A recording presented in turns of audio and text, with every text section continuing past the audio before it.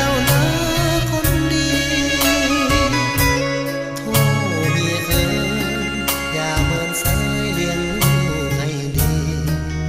หากผิดนิดน้อยอย่าตีปราณีลูกเถิดดวงใจก่อนน้องเข้านอนอย่าลืมไว้วอนเทวาดอกไม้ทูบเทียนบูชาคุณพระช่วยรักษาหากสิ้นภายในให้จะคืนมาไว้มาคู่ครองดวงใจจนตายบ่ขอจากจร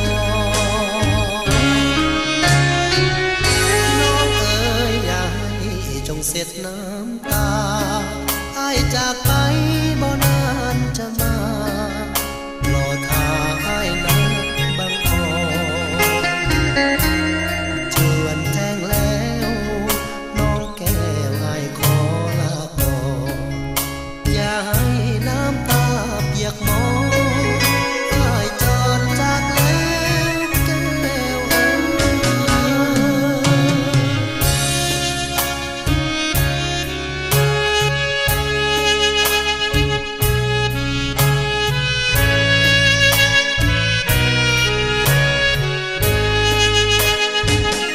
ก่อนน้องเข้านอน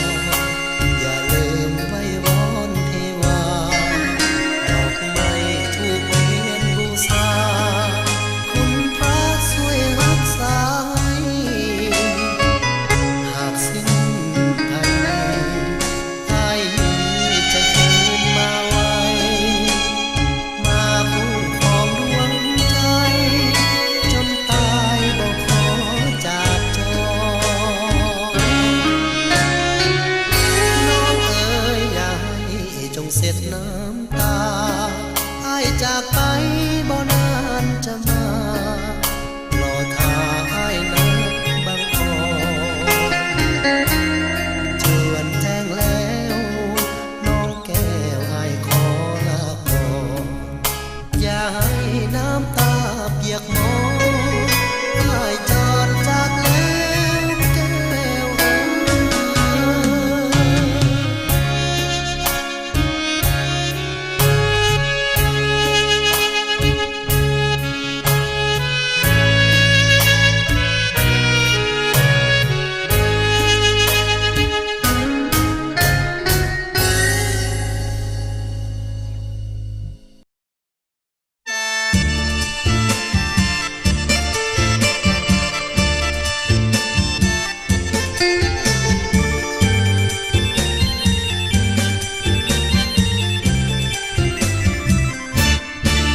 เสียงขวางดินแดนวิมานหนาวใจสะท้านหนาวสั่นสะเทือนผู้จงเป็นวงแสงเดือนผู้จงเป็นวงแสงเดือนเมฆน้อยลอยเลือนยามเมื่อคืนวันเพ็ญ